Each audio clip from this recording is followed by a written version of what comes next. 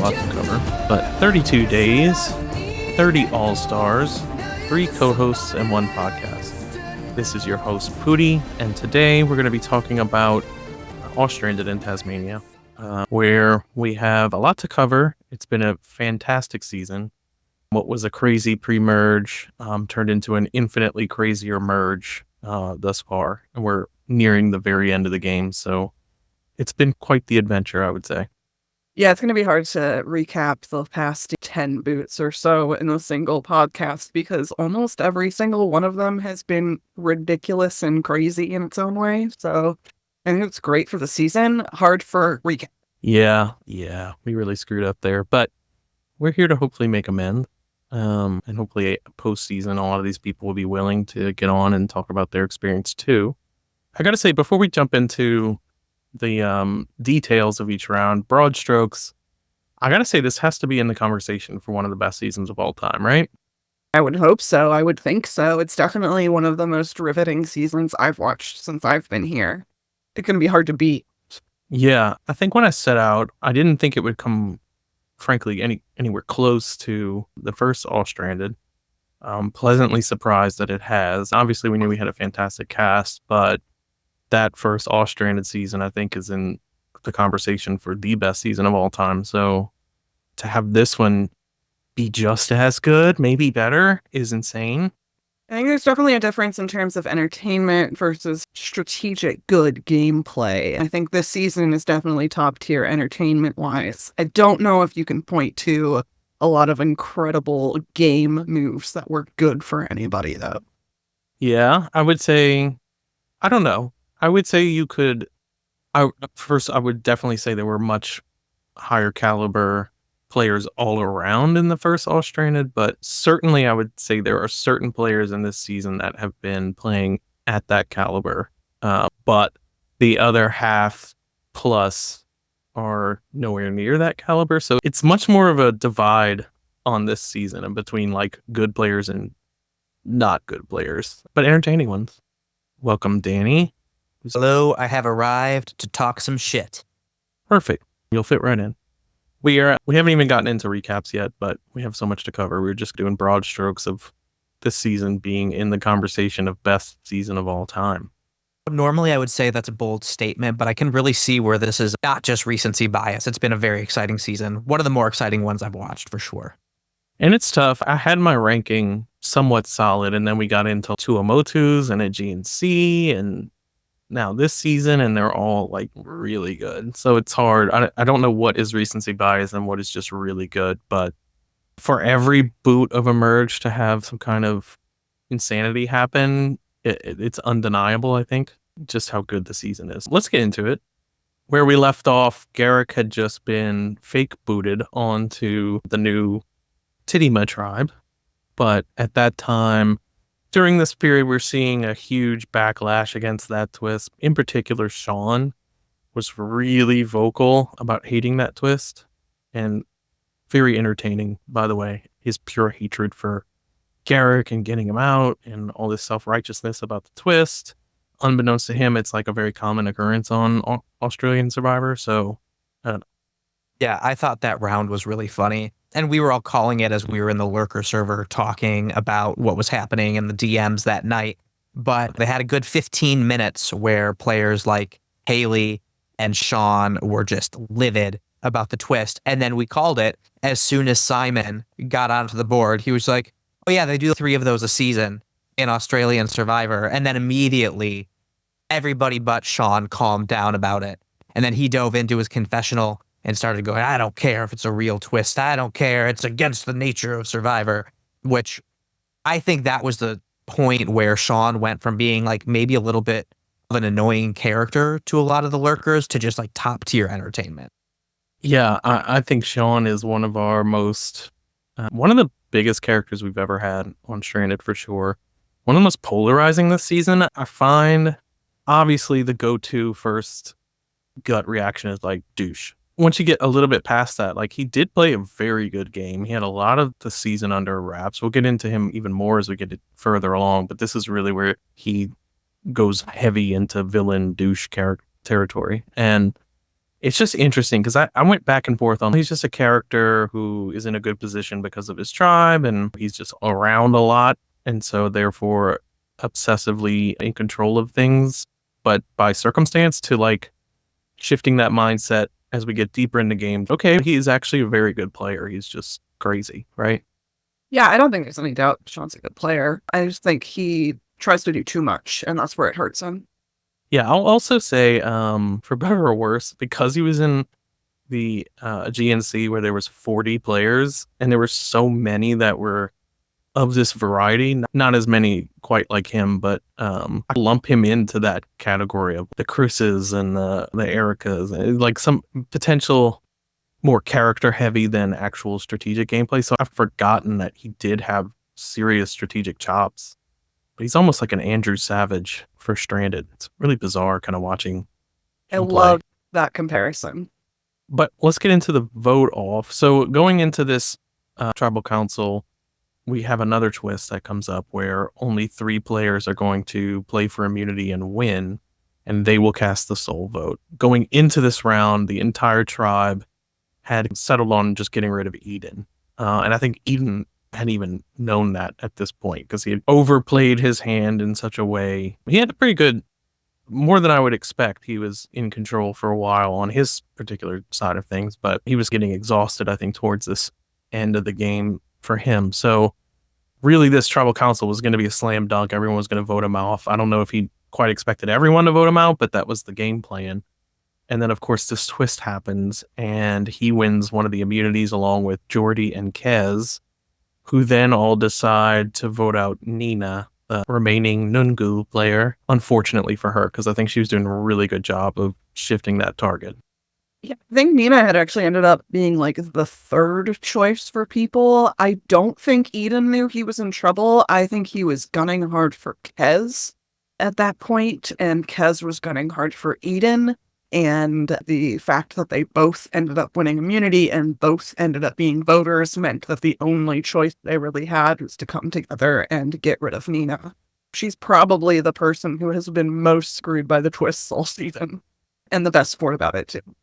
Yeah, and I had said in the last podcast, I think she's one of the best players of all time. And I truly believe that. I think she's just naturally talented at this.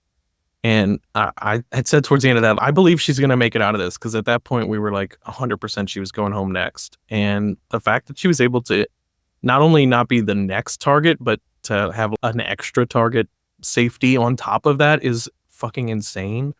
And to only be voted out because of a twist. And by the way, everyone apologizing on the way out, man, it should not have been you tonight, but this twist really fucked that up. It's just crazy. I really think it goes to show how good of a player she is. If there's no other comments, we'll move on to the next Tribal Council, where Eden finally has his vote out round. I think everyone was anticipating a swap at this point, but nope, we were going to a merge of 15. We had one more round where Eden finally goes home. A foregone conclusion at that point.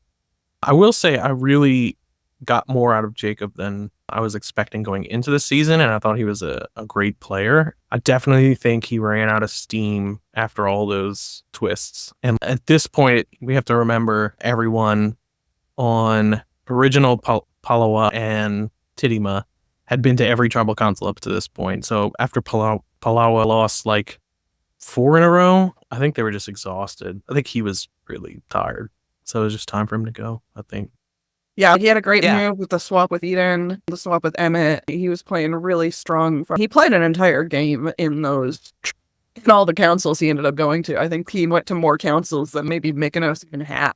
I was going to say, I was pretty impressed with Jacob this time around. I think you could tell pretty early on he probably wasn't going to go the distance, especially with how vocal he was being. And he was playing pretty aggressively from the start, which you need to do in smaller starting tribes.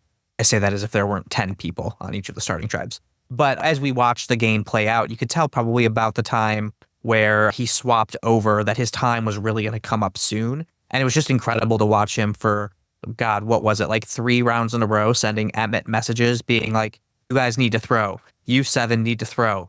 You 6 need to throw. Like basically like begging for his life every round. I got to give it to him. It was really entertaining to watch him just go balls to the wall, even if we knew it wasn't going to work out in the long run.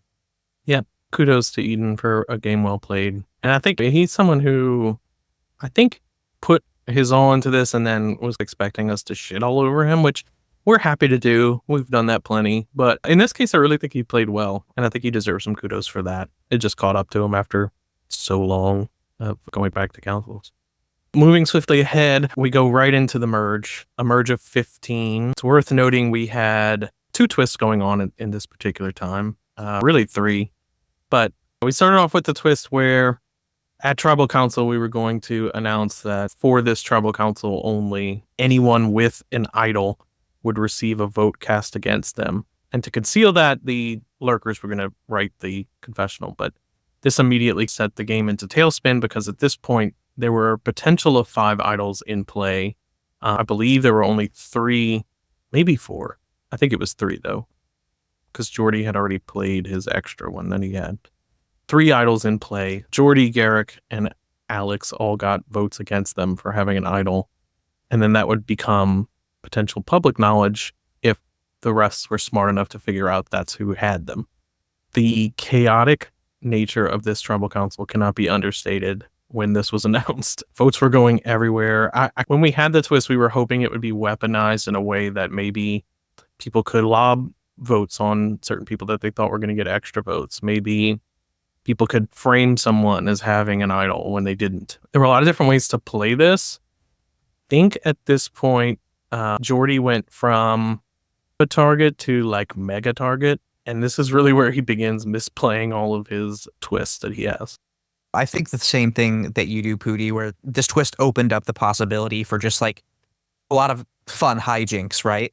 I think the only thing that was a disappointment about it was that because we announced it at Tribal Council, no one was really giving themselves like the opportunity to really think through it, right? I think so many of them went into that Tribal Council with a plan. That was the vote on Kara, which was already tenuous at best when they were planning it in their scramble ahead of time.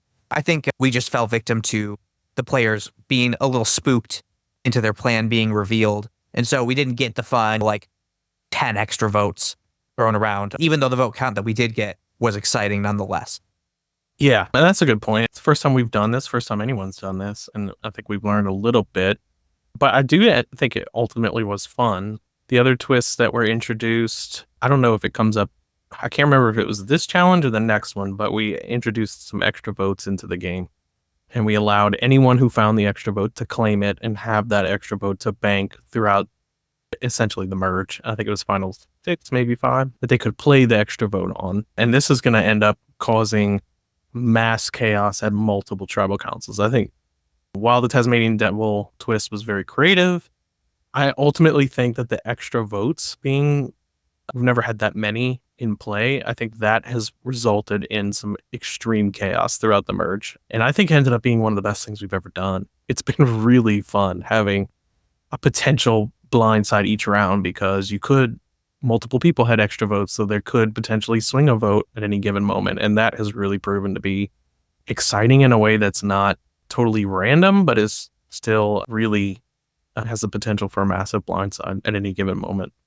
Yeah, big fan of the extra votes. Much better to include more votes into a game rather than taking away people's votes from a game, in my opinion. I think, what was it, like 7 people ended up claiming extra votes? We definitely haven't seen 7 extra votes. A few people went home with theirs, but the fact that I think it was like half the tribe ended up getting extra votes is pretty fun.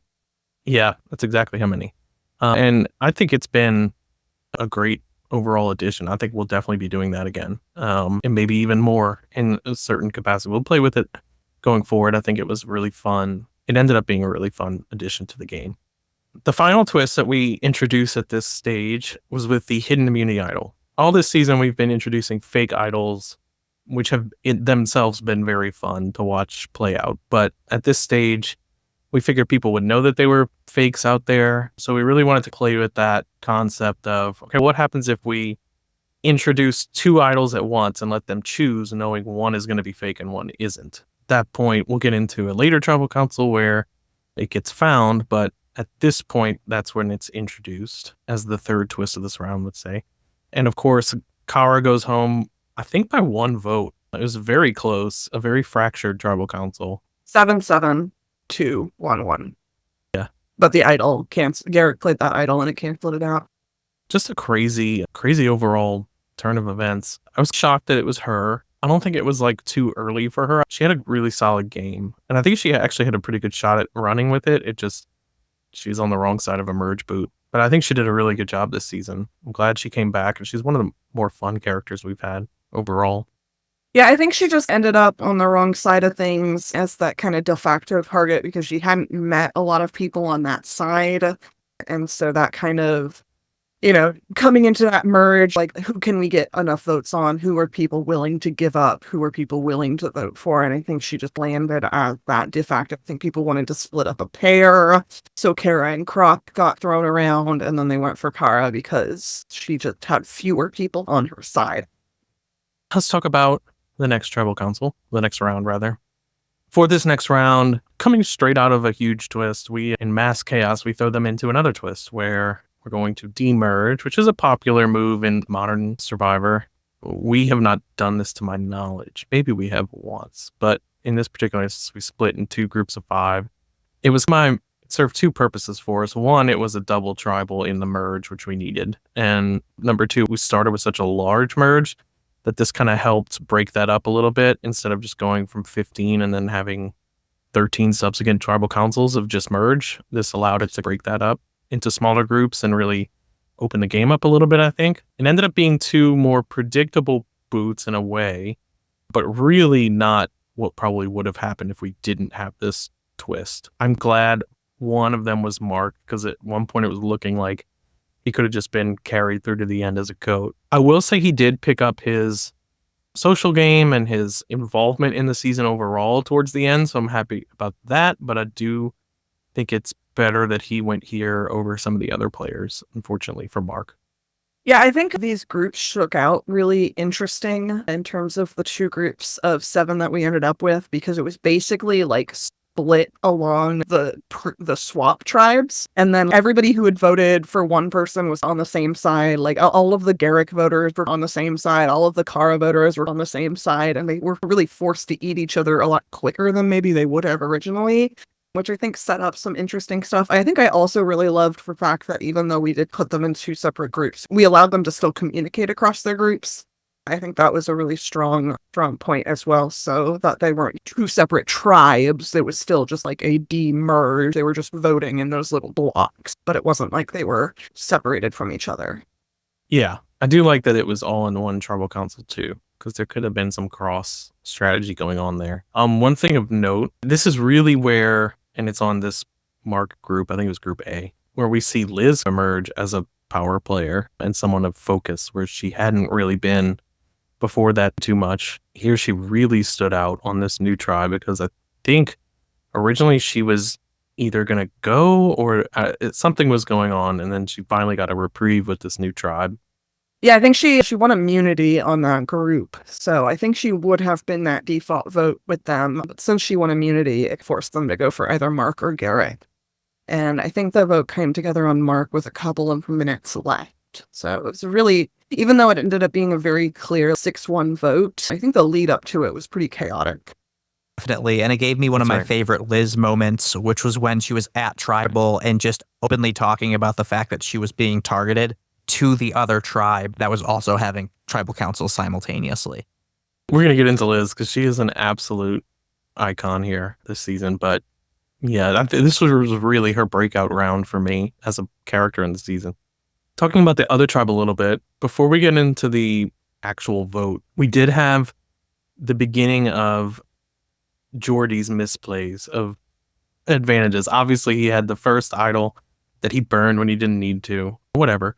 He found another one. He had 2, so might as well burn one. But then at the merge vote, he kind of panics because he knows that he's gonna get a vote against him for having an idol. And so he immediately burns that idol along with Garrick, I believe. That was his second misplay. Is that right? He did play it during that tribal council, right? And then this next round, he plays his extra vote when he doesn't need to. He plays it as an extra vote for Kez, and Sean ends up going home after a revote, which was extra chaotic. It's just funny that it's the beginning of Jordy's misplays, which is going to carry on into pretty much everything he does and plague him this season. But for me, it was a little hilarious. That was his storyline, because usually having a lot of idols and finding them works to your advantage. And in this case, it was actually making him like look bad. So it's just really funny.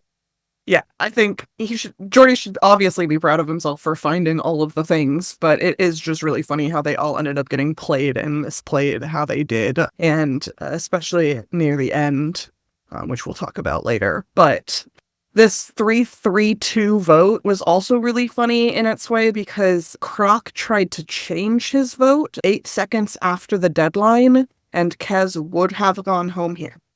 That's right. And Sean, who was looking like the obvious boot, could have escaped again, showing He his... bluffed a fake idol.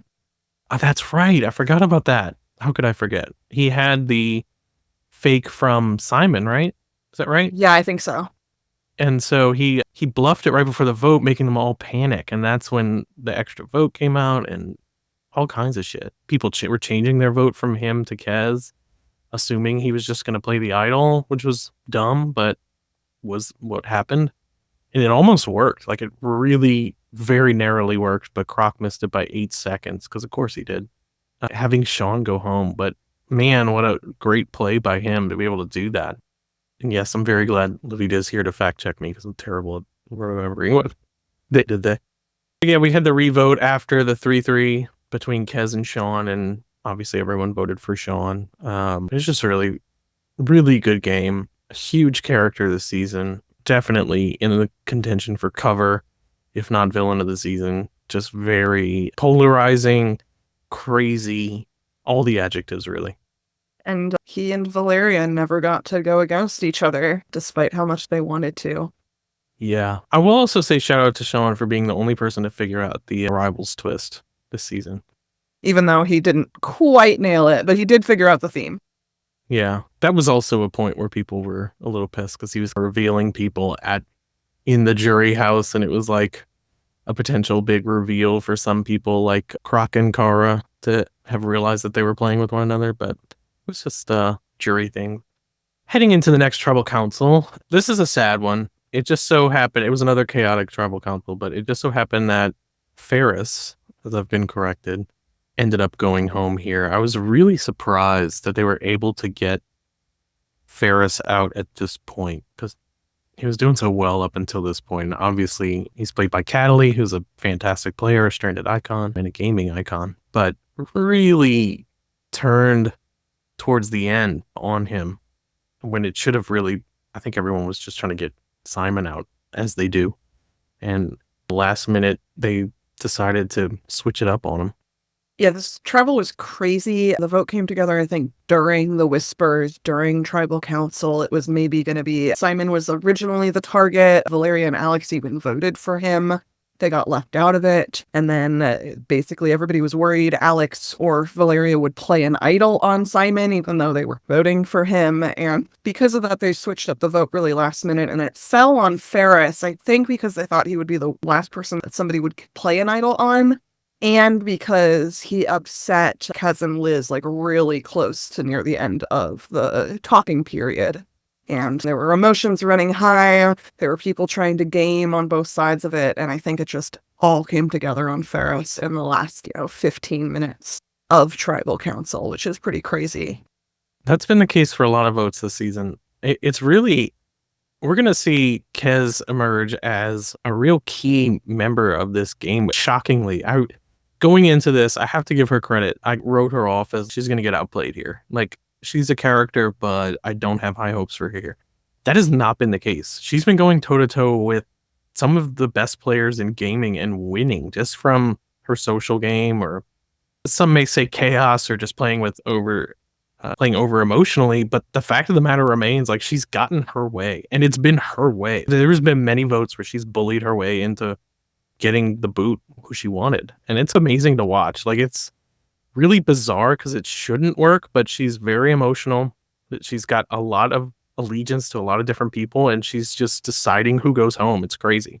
Yeah, she's using emotion as a weapon, which is really awesome to see, and to see done successfully. I think it can also hurt her, and it may hurt her depending on how things continue from here. But overall, from a lurker standpoint, it's just been amazing to watch. Yeah, I don't know that I think she can win necessarily. Maybe anything's possible. I said she wouldn't be a big player, and she's been one of the biggest players, so who knows? But I think at the end of the day, it's just come down to I'm very impressed with how much she has stepped up as both a player and character in this season with such high caliber players, knowing that she's one of the people with the least amount of experience from the newest season. And she's just taken to it like a duck in water. And she was out early in her original one. Early. She made the merge, but the first merge boot. But we just really liked her personality and thought she could deliver more from a character perspective. But here she is like a power player. It's crazy. I'm really pleasantly surprised. So yeah, unfortunately, Ferris goes here. I would have thought in an alternate season, another universe, that's such a depressing loss to the season, and who knows if we'll recover. But for some reason, like, there were so many good people left and so much game left to play that it really did not impact the season as heavily as a normal season might. It's been crazy. But obviously we love Cataline. She's did a fantastic job here, underdogging from the very beginning, coming from the pre-merge where she should have been booted a bunch of times. It just worked her magic to be able to last this long all the way into the merge. And then fortunately for us, other players have since stepped up. But what a game by Cataline here. Nothing more to add except to echo exactly. Going into the next round, we had another insane tribal council where technically Simon should have been the boot again. Should have been very obvious, but this is really where a lot of the game shifts from an obvious Simon boot to a lot of the group coming together to vote out Kirby, with an extra vote from Alex playing a key role here. Loveita, do you want to talk to us a little bit about this particular round? Yeah, I can definitely talk to this round. This was the petty revenge round, the start of the petty revenge, because since Alex and Valeria were left out of the previous vote, where they did turn on and vote for Simon, they're just like, oh shit, what do we do? Emmett and Haley come to them saying, hey, we're ready to flip. We're going to vote out Liz. Let's do this. Let's all vote out Liz. We're going to have 7 votes for Liz, 5 votes for Simon. It's going to be, or 6 votes for Liz, 5 votes for Simon. It's going to be great. And Alex and Valeria decide, you know what? Nah. We're going to let Emmett and Haley vote Simon. Let them vote Liz. Let them look like idiots since we looked like idiots last time. And we're going to use our idol and our extra vote and vote out Kirby. I think the vote ended up being 5-5-2.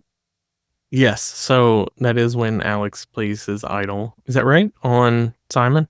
Shockingly. And Simon manages to escape certain death yet again, and Kirby ends up going home. Seemingly a random shot at Kirby's way, but really a fun exit as she's going out and fighting on her way out. Very entertaining. It's really interesting how predictable.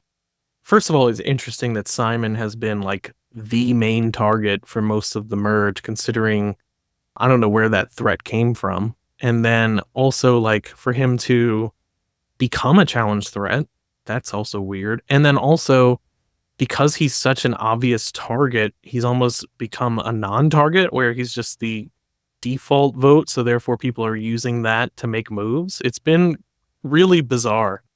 Yeah, his position in this game is really unique, I think. He might have been the second boot on original Nungu. They just never lost a game.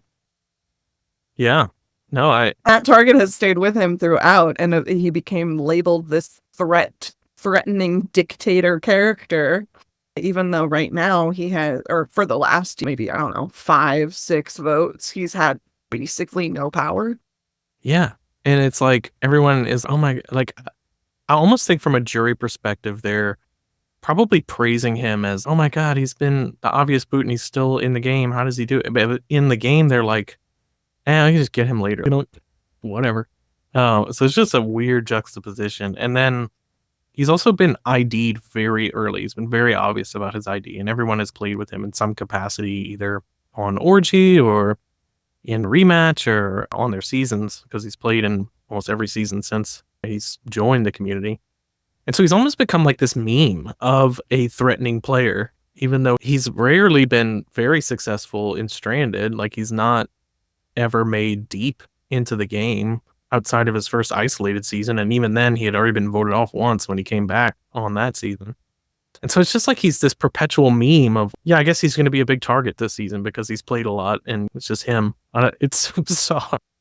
Yeah, and I think I've mentioned this in the chats and stuff, but he doesn't do himself any favors by talking so confidently about knowing everything Stranded related, which I just think is so funny when he's talking to people like Ferris or Cataly and Jordy and Nofo. So it's like, yes, this is how the game works when they've been doing this for, I don't know, 12 years longer than him. But it's just the way he presents himself, I think, leads in and reinforces that perception, even though there really isn't any power behind it. So Kirby goes here. Obviously we love Heather. She's great. She's also, I feel like, more entertaining after she's voted off, because then she just goes off on everyone, and in the jury, she's been fantastic. So it's just she's a really good character. Everyone has loved watching her. She certainly has her fan base in the Lurker Den. I do think it was probably a good time for her to go. I don't know if I would consider her one of the best players, but she's certainly one of the best characters. For sure. Looking into the next round, this was, I would say, of the merge boots, probably the most predictable. Alex knew it was coming. He didn't have his idol at this point, and the vast majority of the votes went on to him, and Croc, to add insult to injury, blew his extra vote, making sure Alex would go home here. Really disappointing, though. Xander really played a fantastic game this season. One of the power players for sure. And I think at this point had just been on the wrong side of the numbers and played a little too hard for that last round. But him and Valeria obviously pissing everyone off ended up with him going home. Yeah, I think he just got too tunnel visioned on what happened in the Ferris vote, which made him make a rash decision to really pull off a big flashy move in the next vote, which then led to him Icarusing too close to the sun and getting killed for it. But God, was it so cool to watch. Yeah, a really game well played. I think everyone agrees that, like, he played a fantastic game. It was just fun to watch. Certainly an emerging star in Stranded, and I'm sure we will see many good things to come from Xander, Alex. Yeah, definitely a good thing to showcase after we all shat on him and Andy's for doing nothing. Yeah, that's true. Yeah, no, he played a great game this time, and we love to see that. We love a redemption arc. Going into the next round, this is where we have the double boot. Now iconic, I say, one of the best nights I think of Stranded maybe ever. It was so much fun. Just two of the best tribal councils crammed into 1 hour is nuts. Obviously, it was kicked off with one of the biggest upsets, biggest flips we've had, where Simon, Valeria, Garrick, Emmett, and Haley all come together to vote out Jordy, unbeknownst to him, obviously. While they all thought Simon would be the obvious boot here again, they finally came together to upset the apple cart here. Yeah, Emmett and Haley are like, okay, we tried flipping before, and you guys did something we didn't want. We'll do it again. And their kind of plan was to try to vote out Jordy on this one and then take out Simon. Use Simon's vote for this first tribal, and then immediately vote him out the next tribal, which I think was a little arrogant and didn't quite work out for them. But it really led to Jordy not playing the idol when he finally could. Yeah, his final misplay. Poor Nofo. It's just funny that it's Nofo, because I know how unserious he is, and how it's just funny when he gets angry.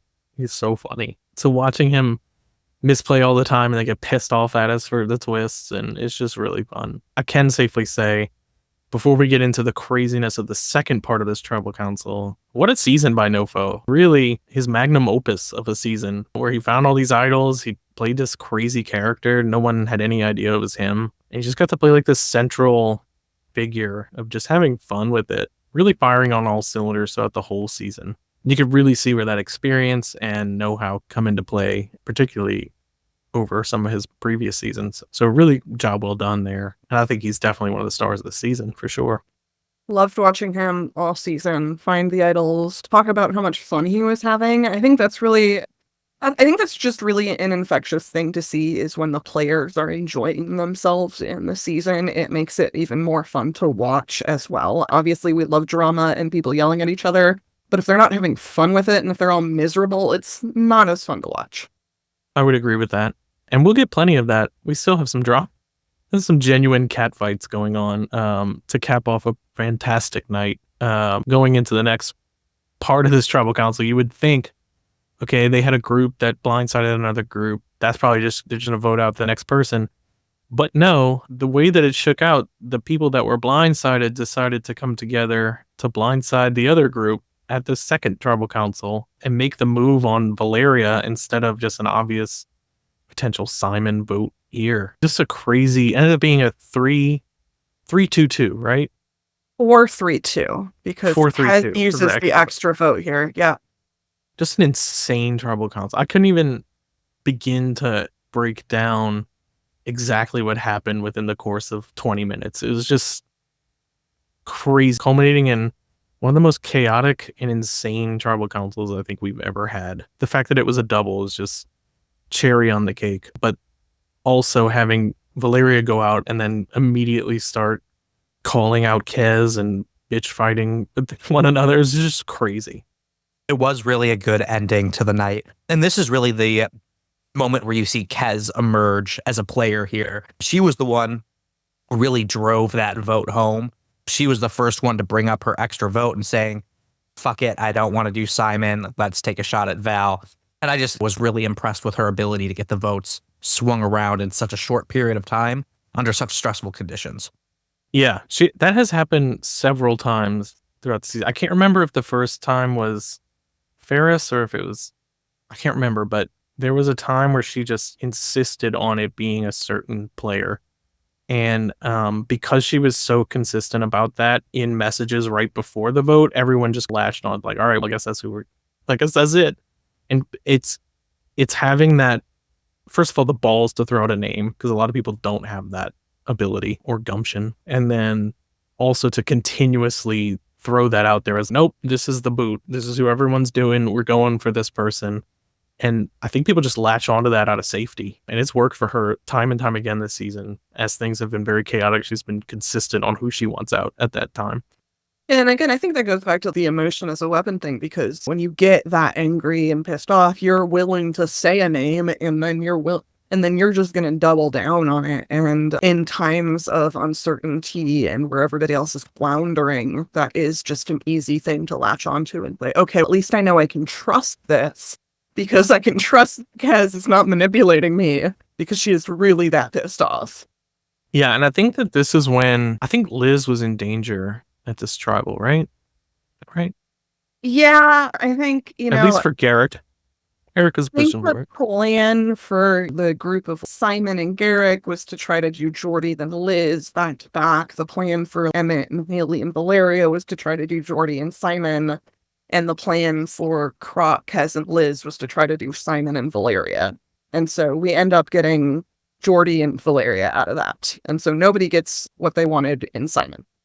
Simon, the perpetual target. Man, what a crazy tribal council. I can't even wrap my head around it. I just know watching it was like, what the riveting. I can't describe. It's why we keep doing these seasons, these games, because I haven't played in a long time, but I continue hosting and putting my time and effort into them because of these moments, these live tribal councils where anything can happen and pure insanity breaks out. And this was just like peak that. It's just very exciting to watch. It's almost like watching a boxing match. It's crazy. And so we finally got that. Speaking of Valeria, great character as always. I think really has emerged since her win and now in this season as one of Stranded's best. Constantly delivering, just really fun all around. So yeah, I'll miss her on this one, but really fun to have her on a jury.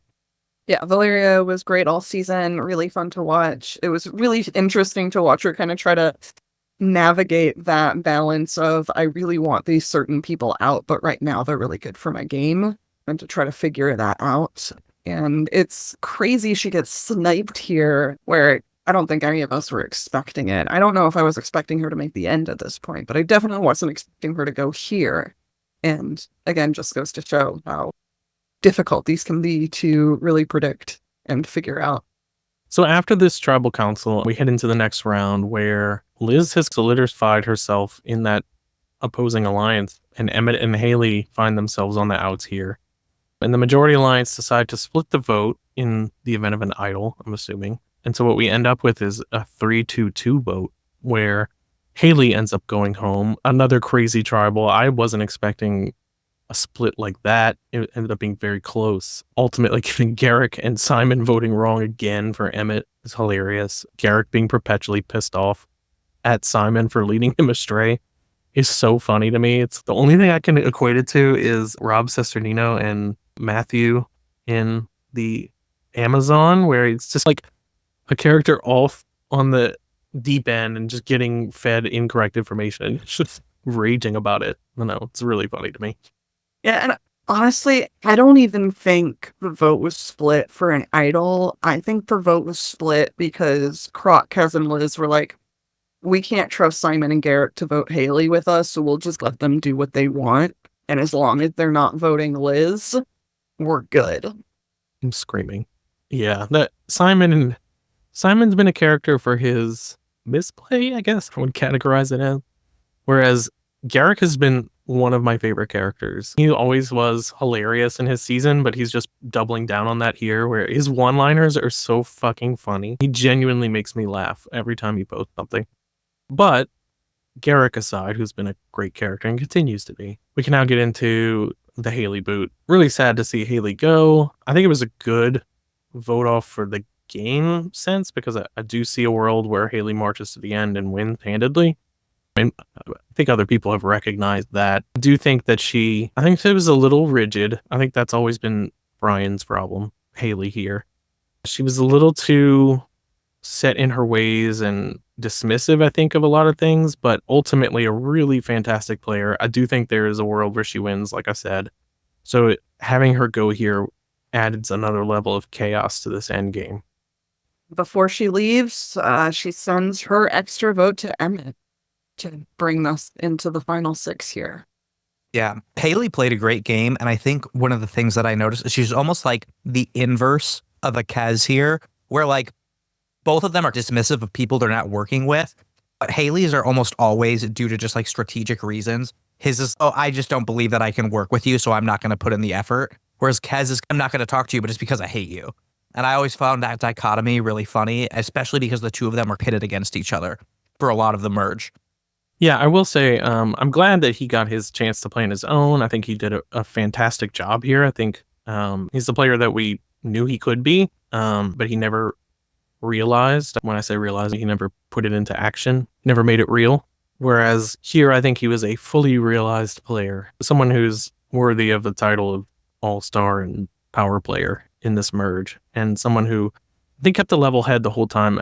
He had some flaws that were obvious, but overall, I think a fantastic player. And I don't think that this merge would have been as chaotic without him in the game. Kudos here for a job well done.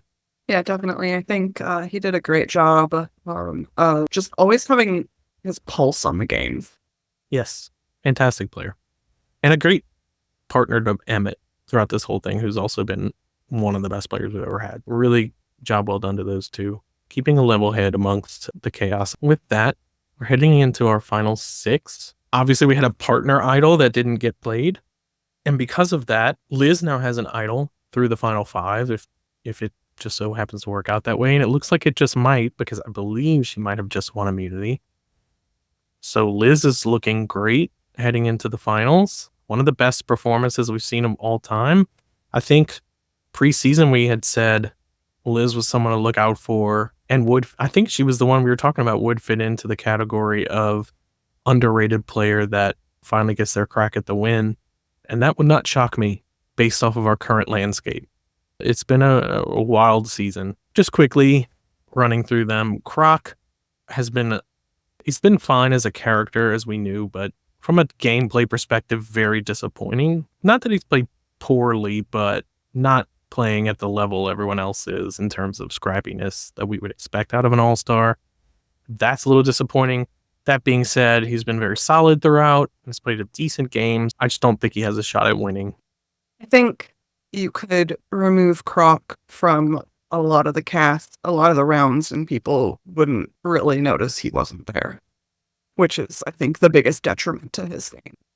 Yeah, that's enough said, really. Emmett someone who I think also has a great shot of the players remaining at winning the whole thing in the scenario where maybe Liz makes it to Final Four and she's the biggest threat and then gets voted out. I think Emmett stands a great shot at ultimately winning because of that if he does not get voted out immediately. Certainly a great player. Garrick is hilarious. I don't think he stands a shot at winning, but you never know. Certainly really funny, and at this point he's been the player that can't win for so long that maybe people just have some reverse psychology on that.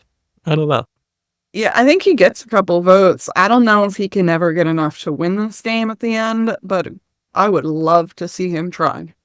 I would say I would not be disappointed by that ending. I think I would love that more than anything for this season. But yeah, I would agree. I think it's going to be very difficult for him to win. Kez, obviously we've talked about Kez a lot. Do we think she has a shot at winning? She's definitely got a few locked votes, and she's definitely got a few people who will never vote for her. It's a really interesting spot she's in if you're trying to figure out, can I go against Kez in the end?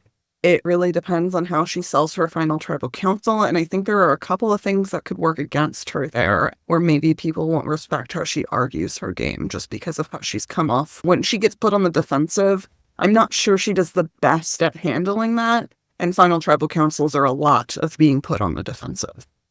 I agree there. I also think that Kez, like Loveita said, she's very polarizing amongst the jury right now. But depending on who she's sitting next to, I don't think the jury dislikes her nearly as much as they dislike Garrick or Croc at the moment.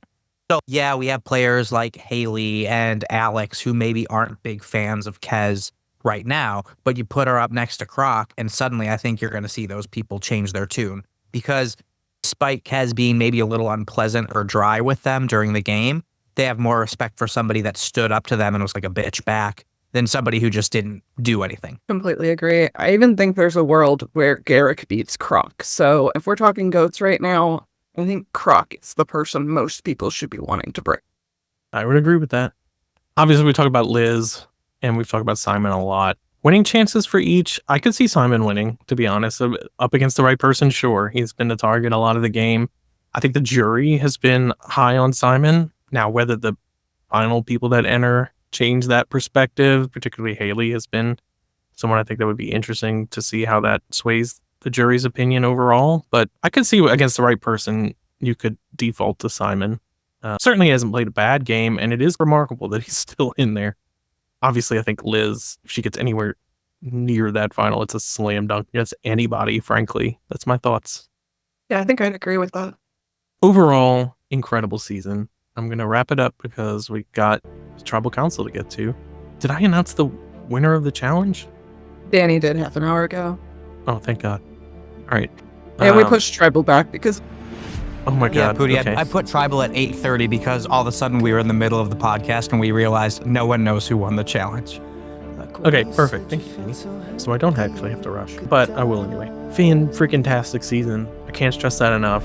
It's been so fun to watch, and I can't wait to see how it ends. Do you guys have any final thoughts?